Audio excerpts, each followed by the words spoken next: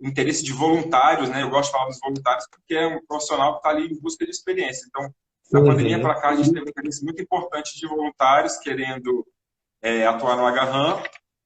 E lá tem sido feito um trabalho já de 6 anos para cá de tentar construir, ou não construir, né, mas dar seguimento a essa cultura da psicologia hospitalar aqui da hospital.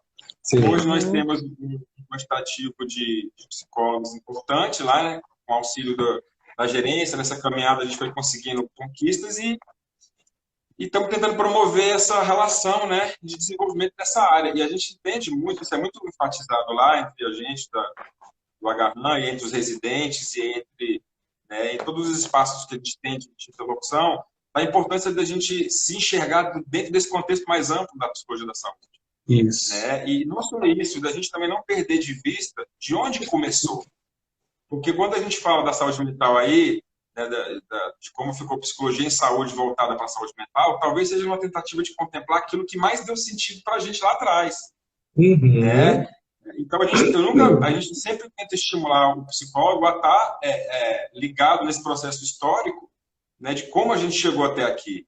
Porque senão a gente não percebe, né? O psicólogo hospitalar o psicólogo da saúde hospitalar só conseguiu chegar dentro de um hospital a partir da conquista dos colegas que foram ocupando outros espaços, inclusive os secundários e o primário. Né? Então, hoje a realidade da psicologia hospitalar aqui em Brasília eu vejo com otimismo. Né? A gente tem alguns programas de residência, tem a formação da Unipós, a gente tem um corpo docente que é bastante envolvido e com ampla bagagem, né? Cada um dentro da sua área, para poder promover uma formação de qualidade. Né? Então, assim, como a Virginia falou, falar de hospital eu tenho que me policiar para não me perder, mas eu acho que a questão central aqui hoje é falar como que isso está sendo um campo em crescimento, né? Como está sendo uma área da psicologia da saúde que os profissionais têm olhado com mais atenção e acho que isso traz perspectivas interessantes para o futuro aí da área, né? Tanto no campo da formação quanto da atuação mesmo. Eu acho que o que você está falando é interessante a gente parar para pensar, até a Virginia colocou isso, né? No contexto da pandemia, né? Você está trazendo esse contexto histórico prévio, né? A entrada nos hospitais, a psicologia iniciando esse processo ali na década de 60, né? Entra muito vinculada, principalmente nos Estados Unidos, a questão neurológica, né? E as avaliações cognitivas, mas a saúde mental aí junto, né? Não tem como separar. Mas eu acho que também é importante a gente pensar numa história um pouco mais breve, né, com o contexto da publicação que a gente teve do Ministério da Saúde no início da pandemia, convocando os profissionais de saúde, né, a participarem dos cursos de formação para atendimento durante a pandemia. Lá em 2020, né, nos idos do início da pandemia, a gente teve, então, um reconhecimento que foi importante. Eu falo isso muito para os alunos nas aulas que eu dou, no contexto de que, até então, a gente tem um questionamento aí que acontece muito frequentemente, que é: a psicologia ela é uma área da saúde ou ela é uma área das ciências sociais? Isso é uma discussão que bate, rebate, e muitas pessoas, no âmbito da sociedade, ainda percebem a psicologia num contexto mais social do que necessariamente de saúde. Então, esse reconhecimento formal pelo Ministério da Saúde, que a psicologia compõe as profissões que foram, então, nomeadas e foram convocadas para assumir um papel importante, e aí a pandemia, no seu desdobramento posterior, foi mostrando importante em que sentido, em que profundidade, né? Para assumir-se como uma profissão de saúde, né, chama a atenção para que existe uma expectativa social que esse profissional que se forma tenha, para além desse contexto, né, de um chamado, de um querer, de um gostar, de um se identificar, um papel social reconhecido de que ele tem que ter a habilidade de assumir esse espaço de saúde. Né? Então, isso é muito importante, porque eu via muito e vejo muitos alunos, né? Eu fui preceptor de residência no hospital de base durante alguns anos, trabalhei com vários estagiários ainda no curso de psicologia com a Virginia, lá nos idos da HUB, né, Virginia? Nossa! Lá umas décadas ali atrás.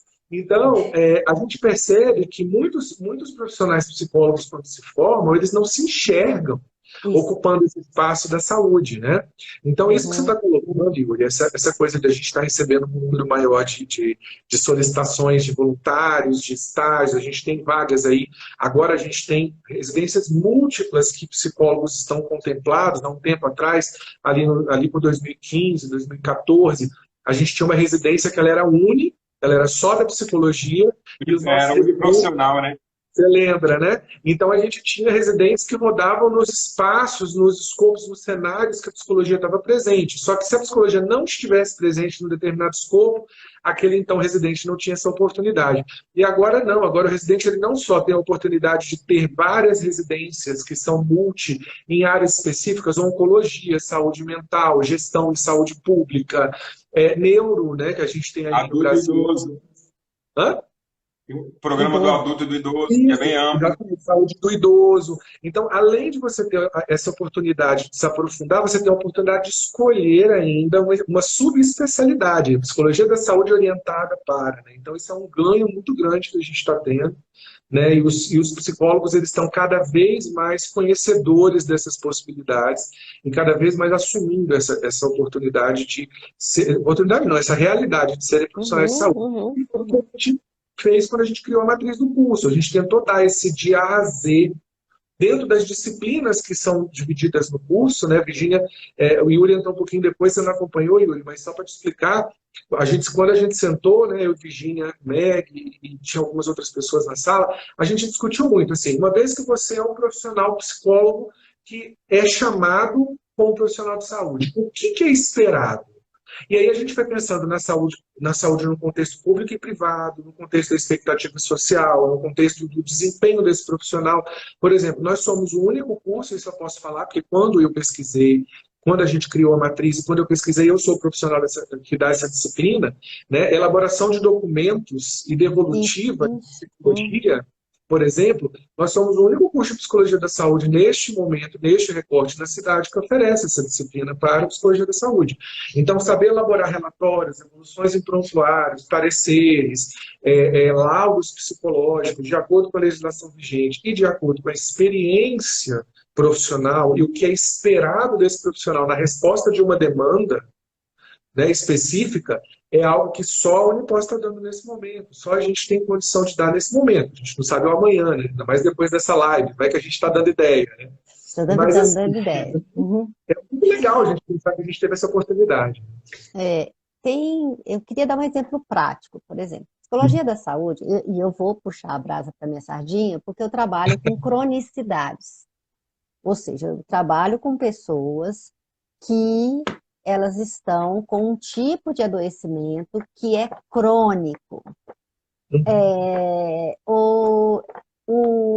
Isso significa que ele não é aquele adoecimento que ele vem, ele tem aquele ápice de mal-estar e ele some, ou ele é resolvido na sua plenitude.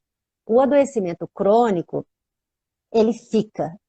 Ele muda a vida da pessoa como um todo.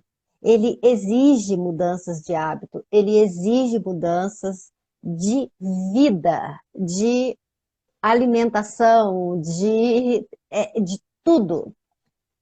O que incluem as cronicidades? Vocês com certeza conhecem pessoas que têm dor de cabeça crônica, que têm dor nas costas crônica, reumatismo, diabetes, pressão alta, obesidade, problema cardíaco, e hoje várias formas também de quadros oncológicos já estão sendo considerados doenças crônicas. Sim. Ainda bem, olha só que ponto que a gente chegou, né, em termos de tratamento. Então, bora pensar. Você está levando a sua vida alegremente, Aí, de repente, você tem um diagnóstico. Esse diagnóstico, então, tem um processo de adoecimento, de mal-estar, e a realidade bate na sua cara, dizendo, você tem essa questão, você tem uma diabetes. De agora em diante, você precisa tomar tais e tais. Você precisa ter conhecimento da sua doença, você precisa ter conhecimento do seu corpo. Pessoas, isso representa, as cronicidades hoje representam uma grande preocupação para a própria Organização Mundial da Saúde. E aí a pessoa tem os cuidados médicos, tem os cuidados gerais, mas tem uma parte dela que é o cuidado psicológico, porque ela é a vida da pessoa. Pensa bem, qual foi a última vez que você tentou mudar um hábito na sua vida? Umzinho só hábito. Agora você imagina uma pessoa que precisa mudar, fazer grandes mudanças na estrutura de vida. Ahá, você captou? Isso é psicologia da saúde. É aí Exatamente. que a gente entra. E é isso que você colocou da informação, né? Então, não basta ter informação, né? A gente tem um exemplo muito prático, né? Vamos trabalhar aí com o contexto da direção, né? Beber e dirigir. Só para Uhum. exemplificar no contexto prático como você trouxe. Todos nós temos a informação, no contexto de que não deve, já fomos aí bastante expostos às campanhas, não beba e dirija, se beber não dirija. Todos sabemos as consequências desse comportamento, né? Mas o fato de termos o conhecimento não necessariamente garante adesão a esse comportamento. Tanto é que a gente tem o Detran prendendo tanta gente aí que está perdendo carteira que dirige alcoolizado. Mesma coisa com o uso de preservativo. Desde a década de 80 que a gente Nossa. ouve que tem que usar preservativo para evitar as ISTs, né, as infecções sexualmente transmissíveis.